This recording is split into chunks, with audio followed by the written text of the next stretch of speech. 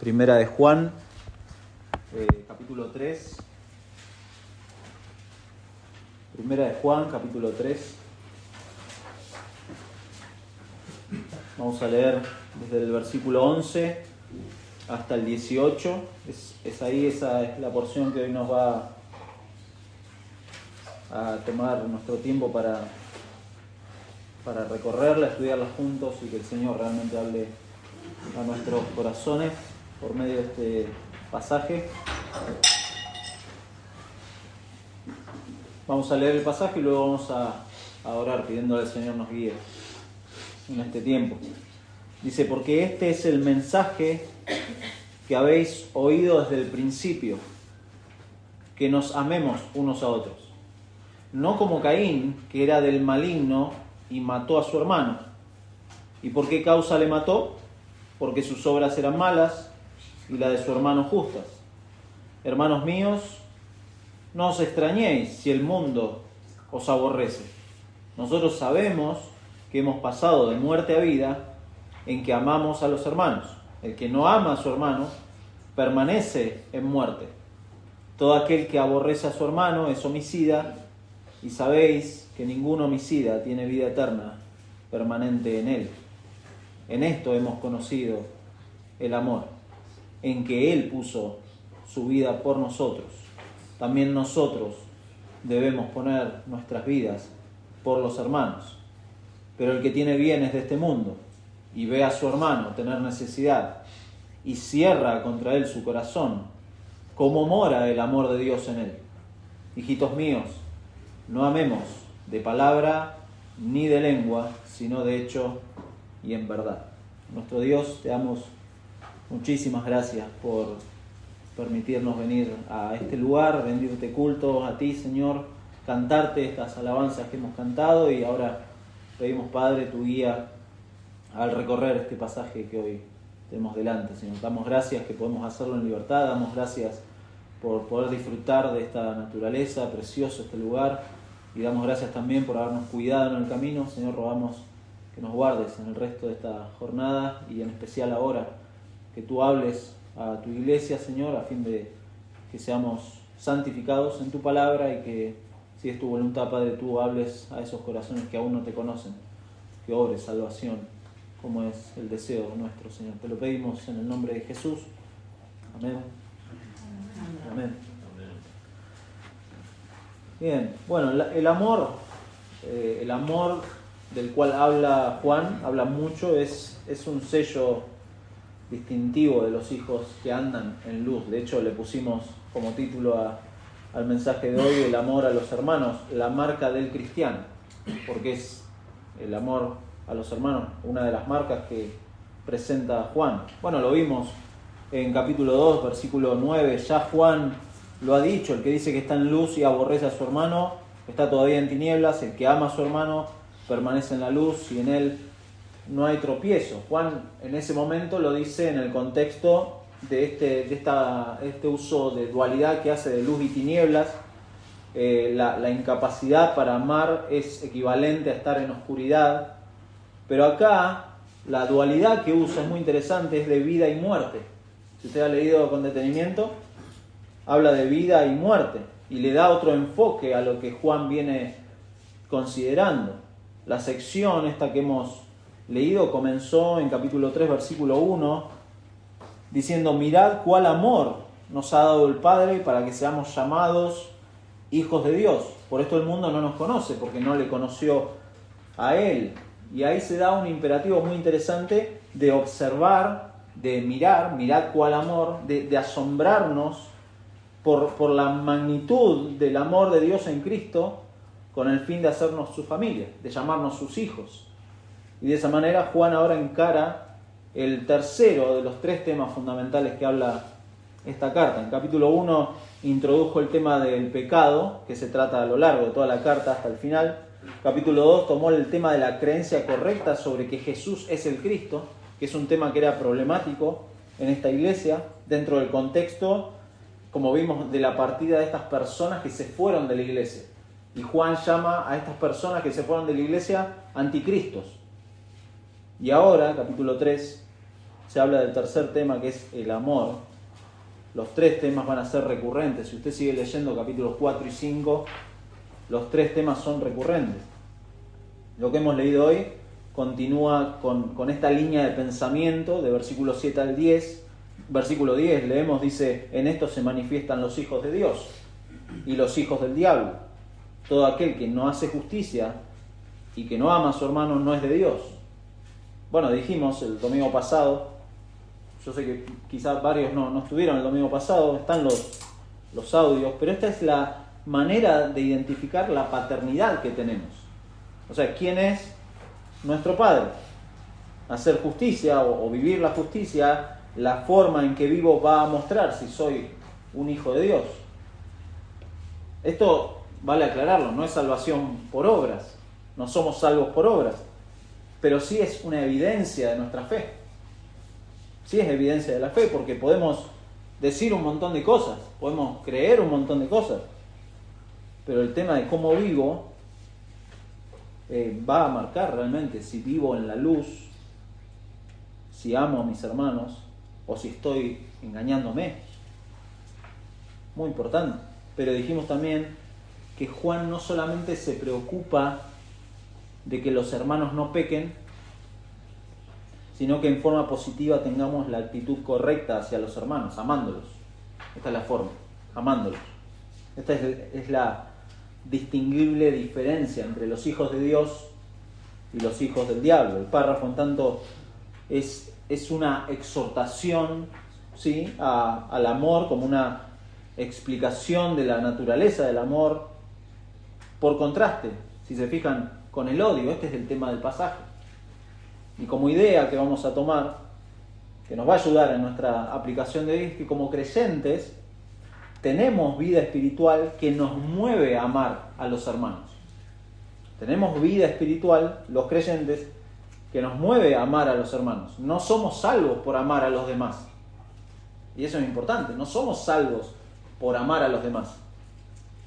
Pero el verdadero cristiano va a amar a sus hermanos. Va a amar a sus hermanos. Es la marca, es la evidencia. Es como dijo el Señor Jesús en Juan 13:35. En esto conocerán todos que sois mis discípulos, si tuvierais amor los unos por los otros. La mayoría de la gente asocia el cristianismo con el mandamiento de amar y por tanto creen que saben todo del cristianismo cuando han entendido sus enseñanzas según el propio concepto que tenemos del amor. Pero no es el concepto bíblico, por eso necesitamos que el Señor acomode nuestros pensamientos, nuestras opiniones.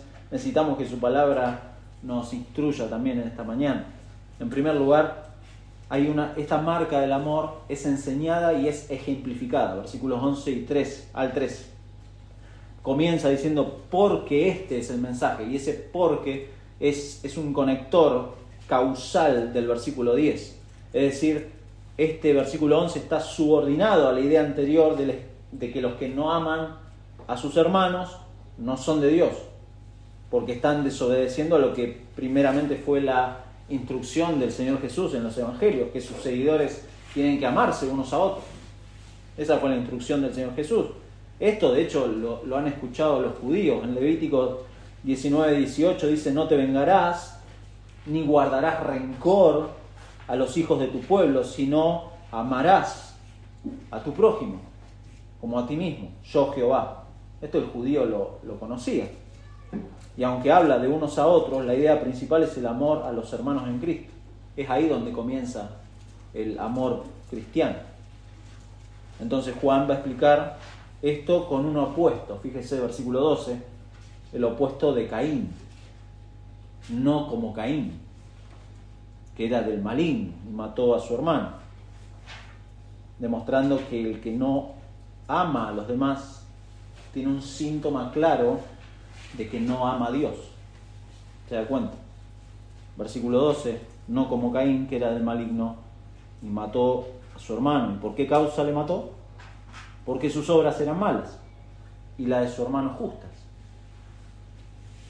Bueno, si no conoce el relato, no lo vamos a leer, pero le invito a que lo haga en su casa. Génesis 4, donde se describe la relación entre Caín y Abel, el asesinato de Abel de manos de su hermano Caín, el primer asesinato de la Biblia, el primer asesinato del mundo que se relata ahí. En esto se muestra un principio sobre la vida de este mundo, que los que no hacen lo que es justo odian a los que sí hacen lo que es justo. Esto es un principio que usted lo puede encontrar. Hay gente que hace lo justo y muchas veces es odiada por gente que no hace lo justo.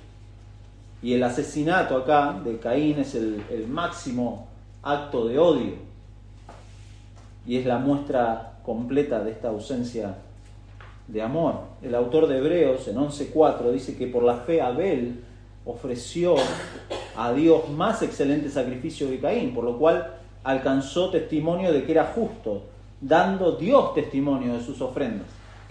Y muerto aún habla por ello. Abel presentó más excelente, es decir que evidentemente Caín llevó otro tipo de ofrenda a Dios. Evidentemente Caín armó su propia religión y eso se vio evidenciado después en sus acciones. Mató a su hermano. Entonces, esto confirma que no solo sus obras eran malas, sino que él mismo tenía otro padre, otra paternidad. Y lo dice ahí Juan, era del maligno. Era del maligno, de las tinieblas. Los judíos contemporáneos a nuestro Señor Jesús, incrédulos, odiaban también la verdadera justicia y buscaban matar a Jesús. Por eso el Señor les dice en el Evangelio de Juan 8:44, vosotros sois de vuestro padre el diablo, y los deseos de vuestro padre queréis hacer. Él ha sido homicida desde el principio y no ha permanecido en la verdad, porque no hay verdad en él. A Caín se le menciona incluso en Judas, en la carta de Judas. Después búsquelo, en Judas 11 dice, se refiere a los falsos maestros y dice que estos falsos maestros siguieron el camino de Caín.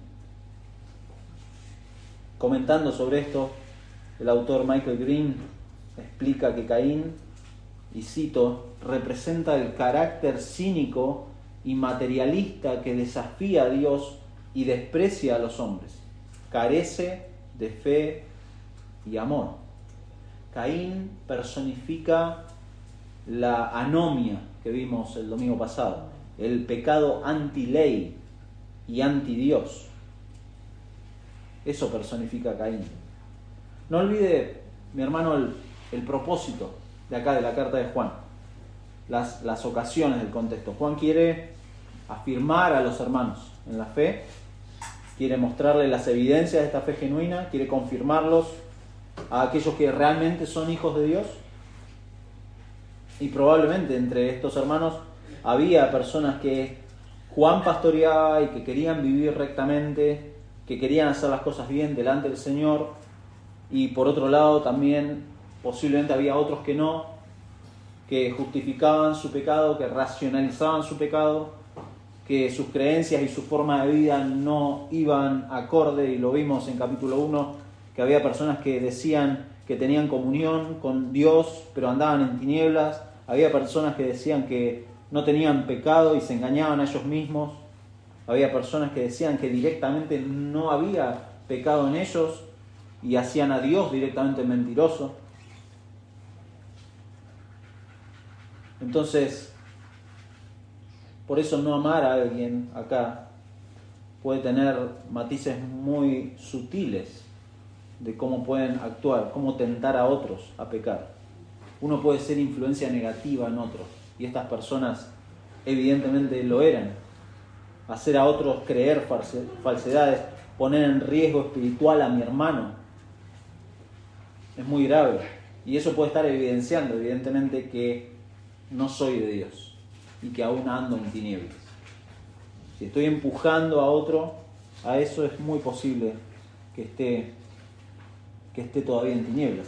En el Evangelio de Juan capítulo 3, versículos, son pasajes muy conocidos, 19 y 20, esta es la condenación, que la luz vino al mundo y los hombres amaron más las tinieblas que la luz, porque sus obras eran malas. Porque todo aquel que hace lo malo aborrece la luz y no viene a la luz para que sus obras no sean reprendidas. Entonces Caín acá representa la actitud del mundo hacia la luz.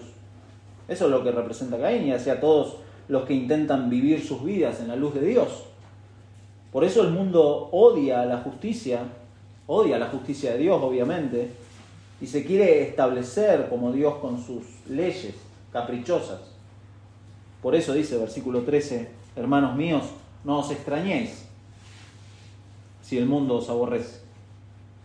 Conforme crecemos en nuestra fe, conforme el Evangelio va formando nuestras vidas y es conformada a la imagen de Cristo en uno, en la medida que queramos hacer lo que es justo y cambiar nuestra manera de vivir, mi hermano, el mundo es muy posible que lo odie. Odiaron a nuestro maestro, lo odiaron al punto de matarlo. Entonces no, hermanos míos, no os extrañéis si el mundo os aborrece. Incluso, y esto es lo triste, ¿no? Que es lo que pasa acá en 1 de Juan. Hay personas dentro de la iglesia que odiaban a sus hermanos. Y eso es lo triste. Entonces, esta marca es acá explicada y puesta en oposición al odio, pero también es una marca que evidencia la vida verdadera, versículos 14 y 15. La vida espiritual que Dios da a sus hijos tiene base en el amor y la misericordia de Dios. Por eso más adelante va a decir en el 4:9, en esto se mostró el amor de Dios para con nosotros, en que Dios envió a su Hijo unigénito al mundo para que vivamos por Él. En esto, dice, consiste el amor. No en que nosotros hayamos amado a Dios, sino en que Él nos amó a nosotros y envió a su Hijo en propiciación por nuestros pecados. Nadie tiene acá méritos entonces suficiente para esto. Nadie puede llegar al estándar de Dios de santidad y de justicia. Nadie puede llegar a lo que Dios demanda. Como incrédulos, estamos muertos espiritualmente, no tenemos capacidad de buscar a Dios, tampoco queremos, no hay forma. Al ser hijos de ira, lo mismo que los demás, como dice Efesios, tenemos la paternidad del diablo, amamos las tinieblas, nos encanta, es nuestro hábitat. En cambio, la vida verdadera jamás podría haber nacido de nosotros. Imposible. Ahora, ¿cómo se evidencia esta vida que Dios da? Y dice el versículo 14, nosotros sabemos que hemos pasado de muerte a vida en que amamos a los hermanos. Esa es la evidencia. ¿De qué forma se ve, se evidencia esta nueva vida dada por Dios? ¿Cómo pasamos de muerte a vida? El Evangelio de Juan en 5:24 dice, de cierto os digo, que el que oye mi palabra y cree al que me envió, tiene vida eterna y no vendrá a condenación, y usa la misma frase, más ha pasado de muerte a vida. La misma frase. Pero ahora este amor genuino es la expresión de la salvación, no la causa. Usted no es salvo porque ama a la gente, es al revés. Porque es salvo, ahora sí amo verdaderamente con el amor de Dios. Por eso dice que más adelante el que no ama a su hermano permanece en muerte. Y es interesante porque permanecer en muerte no habla de un suceso futuro. No habla que el que no ama a su hermano va a morir. No, dice permanece en muerte. Habla de un ámbito en el cual nos movemos como incrédulos. Ese es nuestro ámbito, el ámbito de la muerte. Ese es el contexto en el que todos hemos sido puestos a causa de la caída en el Edén.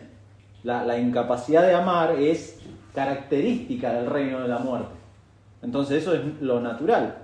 Y todos formamos parte, a menos que Dios obre en nuestras vidas.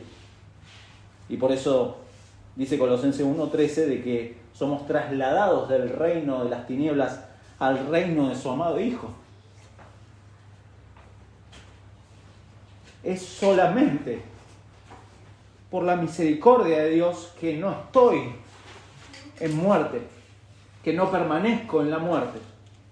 El incrédulo está muerto y no puede ni quiere acercarse a ese reino. Dios lo tiene que trasladar. Dios lo tiene que trasladar. Solamente por su misericordia, solamente por su gracia. Por eso dice en 3:1, mirad, observen cuál amor nos ha dado el Padre para que seamos llamados hijos de Dios. Asómbrense, asómbrense. Entonces la nueva vida en Cristo es esta adopción como hijos. No solo nos concede vida verdadera, sino también nos da una evidencia de esa vida verdadera. Convierte acá estas actitudes odiosas que teníamos, actitudes que incluso pueden llevar hasta el asesinato, como dice el ejemplo de Caín, para convertirlas en actitudes amorosas. Por eso Juan también les recuerda que todo el que no ama no ha recibido esa vida y por tanto permanece en esta condición de muerte espiritual, como va a decir en versículo 15. Ahí se muestra que todo aquel que aborrece a su hermano es homicida, y sabéis que ningún homicida tiene vida eterna, permanente en él. Ahí se muestra que con el odio que una persona puede tener, un odio que puede llegar a ese extremo de asesinato, pero también se puede mostrar esto en pequeños actos de egoísmo o individualismo, que creemos que son inofensivos. Bueno, yo no le hago mal a nadie. Pero el solo rechazo a alguien que quiere vivir de forma correcta delante de Dios lleva a muchos a presionar a las personas a que baje sus estándares espirituales.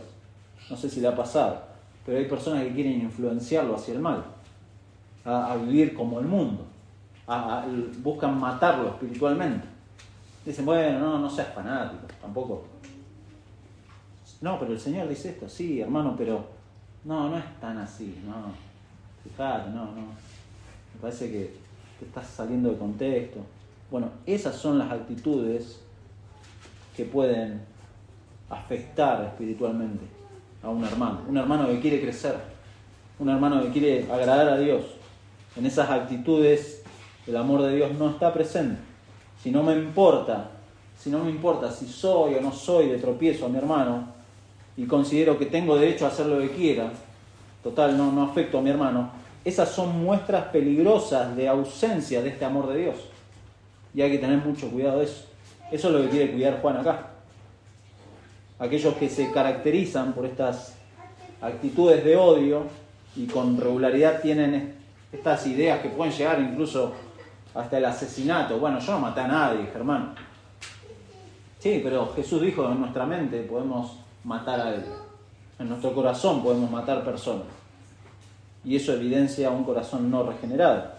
Y a menos que se arrepientan, van a ser condenados eternamente. Por eso Apocalipsis, al final, Apocalipsis 21, dice lo siguiente: el que venciere heredará todas las cosas, y yo seré su Dios, y él será mi hijo. Pero los cobardes e incrédulos, los abominables y homicidas, ahí están, los fornicarios y hechiceros, los idólatras y todos los mentirosos tendrán su parte en el lago de fuego que arde con fuego y azufre, que es la muerte segunda. Un comentarista dice sobre el versículo 15: ni la vida genuina ni el amor existen fuera de la esfera que tiene su origen en el nuevo nacimiento que Dios ofrece. El genuino amor del creyente tiene su origen en el nuevo nacimiento. Por eso Dios tiene que obrar, Dios tiene que derramar en el corazón de una persona su amor. Un incrédulo no puede amar. Esa es la conclusión. Un incrédulo no puede amar, y Caín lo ha demostrado. Una marca que evidencia la vida verdadera, pero una marca que también tiene bases, fundamentos en el Evangelio. Versículos 16 al 18. ¿Cuál es acá la expresión más genuina? ¿Cuál es la expresión más sublime de amor? ¿Cuál es su naturaleza? Versículo 16. En esto hemos conocido el amor, en que Él puso su vida por nosotros. Es decir, no hay, usted me va a dar un ejemplo y no hay mayor ejemplo No hay ejemplo más sublime de amor que Él dio su vida. Así es como sabemos lo que es el amor, haciendo notar cómo Jesucristo puso su vida por nosotros. El Señor mismo lo dijo en Juan 15:13, nadie tiene un amor mayor que este. Nadie tiene un amor mayor que este, que uno de su vida por sus amigos. En pocas palabras, es la disposición del Señor a hacer cualquier cosa por los demás. Ese es el punto. El buen pastor, dice Juan 10:11, yo soy el buen pastor da su vida por las ovejas. Y es interesante ese pasaje de Juan 10, porque que un pastor dé su vida o ponga su vida por una oveja era un lenguaje un poco extraño para el judío, para el contexto judío. Como el pastor de las ovejas pone su vida, o sea, ¿cómo se va a sacrificar si el pastor tiene que cuidar, tiene que llevarla a pastos, a agua, etcétera? ¿Cómo es que pone su vida? Acá indica que el pastor tiene que estar dispuesto a renunciar por su propia vida para que sus ovejas vivan. Howard Marshall, un comentarista, dice lo siguiente: la muerte de Jesús no es simplemente una demostración de amor que haga que al contemplar el cuadro del Hijo de Dios crucificado, digamos, debe haber amado mucho para sufrir tanto. No es así como conocemos el amor. Más bien, la idea es que nosotros experimentamos el beneficio de la vida que se nos da como resultado de la muerte de Jesús. Y así nos damos cuenta de que era amor por nosotros. Un ejemplo para explicar esa frase. Usted va a ver la Pasión de Cristo, por ejemplo, y le va a conmover y va a decir, uff, tremendo lo que sufrió, los latigazos. Pero no va a conocer el amor de Dios en Cristo. Se va a sorprender, se va a flagelar, quizá, no sé. Pero no va a conocer. ¿Por qué? Porque no va a entender el beneficio de la vida que se nos ha dado a causa de la muerte de Jesús. Y eso solamente Dios lo puede mostrar por medio del Evangelio. En esto conocemos, ecnokamen, es una palabra que habla de conocer íntimamente, de haber experimentado profundamente el amor de Dios por causa de la obra de la gracia de Dios en el corazón de uno. A Juan acá no le preocupa a Juan definir el amor. De hecho, no hay necesidad de definirlo. ¿Por qué? Porque basta con señalar al mayor ejemplo de amor. En esto conocemos. No sabemos a ciencia cierta, acá el pasaje no lo explica, qué tenía en mente Juan al apuntar al ejemplo supremo de Cristo, de sacrificio, pero claramente en el contexto inmediato, fíjese, es imposible que pensara, pues inmediatamente dice, nosotros debemos poner nuestra vida por los hermanos. Bueno, acá hay algo imposible, ¿no? Yo no puedo expiar los pecados de mi hermano. Obvio, el Señor ha hecho eso. Pero ¿por qué dice nosotros debemos poner nuestra vida por los hermanos? Puede que estuviera pensando acá en la posibilidad de poner la vida de uno para salvar a otros en tiempo de persecución, puede ser, o estar dispuesto a poner la vida al servicio del Evangelio, puede ser también, pero lo más probable es que estuviera pensando en los límites de abnegación que uno tiene que llegar, y su afirmación es una manera de decir que el amor está dispuesto a llenar todas las necesidades del otro, a cualquier costo de autosacrificio. Y entonces Juan parece acá que nos baja de un plumazo a la realidad. Fíjese el versículo 17. Pero el que tiene bienes de este mundo y ve a su hermano tener necesidad y cierra contra él su corazón, ¿cómo mora el amor de Dios en él? ¿Cómo mora el amor de Dios en él? Poner la vida por el hermano lo vemos como algo, bueno, es heroico, ¿no? Poner la vida por el hermano. Y no solo heroico, lo vemos como algo remoto. Decimos, bueno, es tremendo sacrificio, dar la vida. Quizá va a llegar un tipo de persecución, no sé, o una dificultad grave en la iglesia y que tenga que exponer la vida por mi hermano, puede pasar. Pero mientras tanto, bueno, nos conformamos a vivir con nuestra cómoda vida presente hasta ese momento. Ya va a llegar un momento en donde voy a tener que poner mi vida por mi hermano. Y bueno, cuando llegue veremos. Pero Juan dice que el momento es ahora. El momento es ahora. El amor cristiano es amor que da al que necesita. Y en tanto que nosotros tengamos y otros tengan poco o nada, y no hagamos nada para ayudarlo, bueno, estamos careciendo del amor que es la evidencia de que verdaderamente somos hijos de Dios. ¿Se da cuenta? Y tampoco se trata, por esto hay que entenderlo bien, ¿no? Y con cuidado, tampoco se trata de extender un cheque o darle y olvidar, y listo. Sino que esto es un sentimiento de compasión que nace de un corazón regenerado.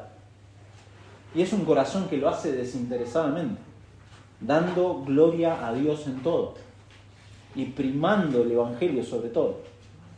¿Por qué? ¿Por qué menciono esto? Porque bueno, cualquiera puede ser un filántropo, cualquiera puede ser generoso, cualquiera puede ser humanitario. Lionel Messi, Cristiano Ronaldo, muchos famosos tienen fundaciones que ayudan a otros, y eso lo puede hacer cualquiera. Nosotros incluso como iglesia podemos tener un área de ayuda social, y lo podemos hacer. Pero si dejamos el Evangelio al margen, vamos a estar creyendo que este amor egoísta es mejor que el sacrificio que Cristo hizo en la cruz. ¿Se da cuenta? Y le pasa a los creyentes. Creemos que nuestro amor sacrificial es mejor que el de Cristo. Y no es así, mi hermano. Este es el mayor amor. Este es el mayor amor. Por eso Juan va a concluir esta sección de una forma preciosa. Fíjese versículo 18. Hijos míos, hijitos míos, no amemos de palabra ni de lengua, sino de hecho y en verdad. La prueba de que tenemos amor verdadero y que somos hijos de Dios no reposa en sentimientos ni en palabras al aire, sino en acciones concretas que dan gloria a Dios. Y vale aclarar acá, las acciones o las obras no me hacen cristiano. Es al revés, siempre es al revés. Porque Dios en su misericordia me ha mostrado su amor. Dios en su misericordia me ha abierto los ojos a mi horrenda condición de pecado. Y aún así me amó. Y aún así se entregó por mí. Y es que ahora vivo para Él. Es decir, quiero ser como Él. Quiero ser como Jesús, en acciones.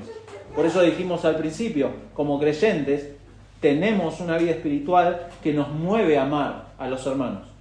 No somos salvos por amar a los demás, pero los verdaderos cristianos van a amar a sus hermanos. Por eso dice, de hecho y en verdad.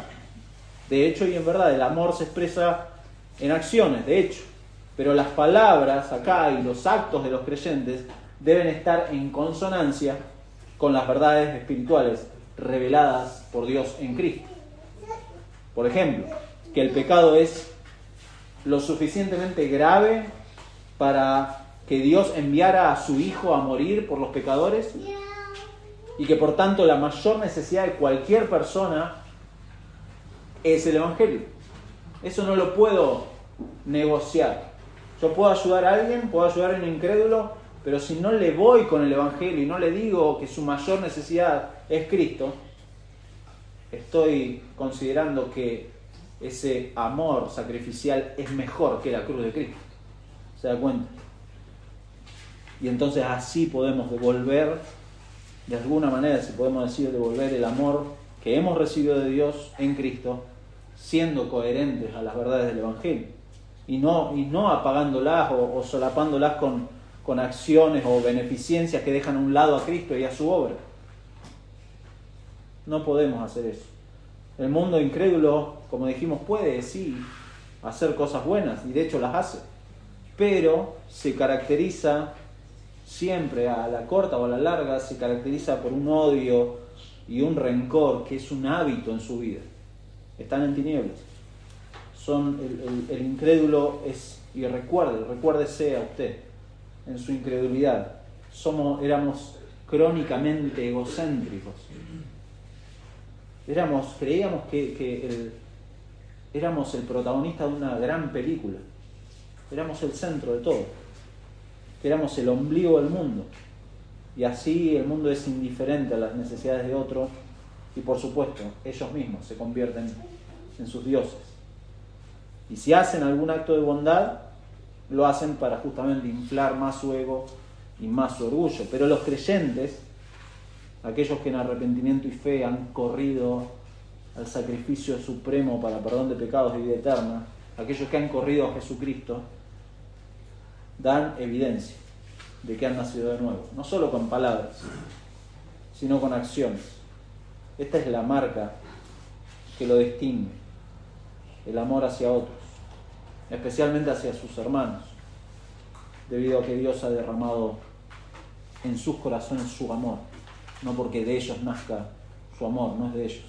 Santiago, una carta que usted puede leer en paralelo con Primera de Juan, porque Juan muestra las evidencias de una fe genuina, Santiago muestra, ponga en práctica esa fe genuina y haga esto.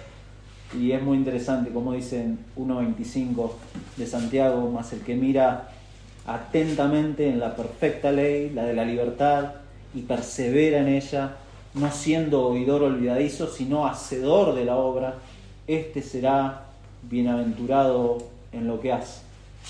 Más adelante, ahí versículo 26 dice: si alguno se cree religioso entre vosotros y no refrena su lengua, sino que engaña su corazón, la religión del tal es vana.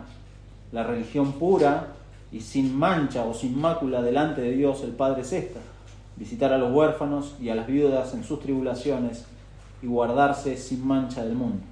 Capítulo 2, versículo 14. Hermanos míos, ¿de qué aprovechará si alguno dice que tiene fe y no tiene obras? ¿Podrá la fe salvarle?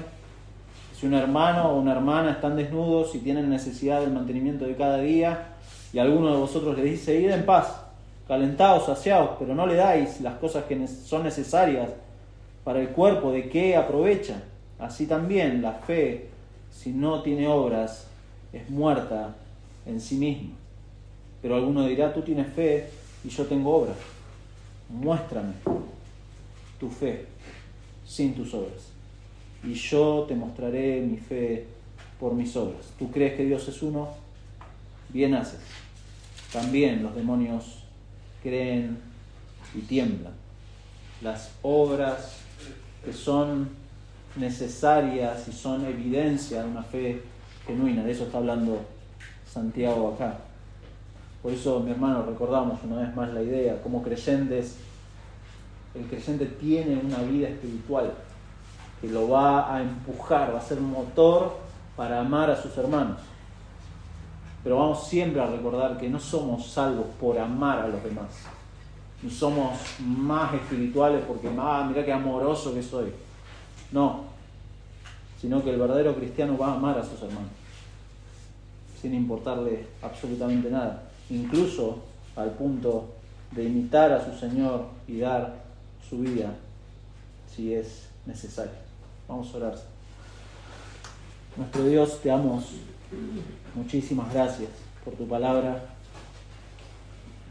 y gracias por el supremo sacrificio de Cristo en favor de tu iglesia. Damos gracias porque evidentemente este amor del que escribe Juan no es algo que nazca naturalmente en nosotros.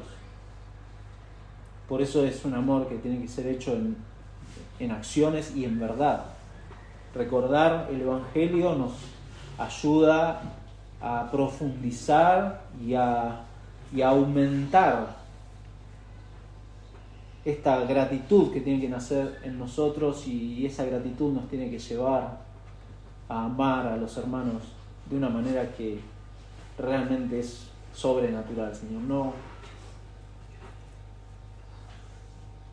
No podríamos hacerlo de una mejor manera, porque no nace de nosotros este interés genuino. Tú has obrado en nuestros corazones y ahora, al morar tu Espíritu Santo en nosotros, ahora sí podemos amar a los hermanos. Damos gracias, Señor, por tu Evangelio, porque es el origen del cual nos has mostrado tu mayor ejemplo de amor. Y damos gracias, Señor, porque tú has obrado en tus hijos, a fin de que se asombren cada día por este amor que has tenido al adoptarlos como hijos suyos. Padre, pero también rogamos que tú obres este mismo amor en el corazón de aquellos que no creen. Padre, cuántas tinieblas, cuánta oscuridad hay en los corazones que no te conocen. Y Padre, no pueden tener este amor, no pueden experimentarlo y solamente pueden hacerlo cuando tú les muestres a Cristo. Rogamos eso, Padre, que tú obres salvación en aquellos que no te conocen. Te lo pedimos en el nombre de aquel que amó hasta el último a cada uno de los que hoy somos parte de tu iglesia. En el nombre de nuestro Señor Jesucristo. Amén. Amén.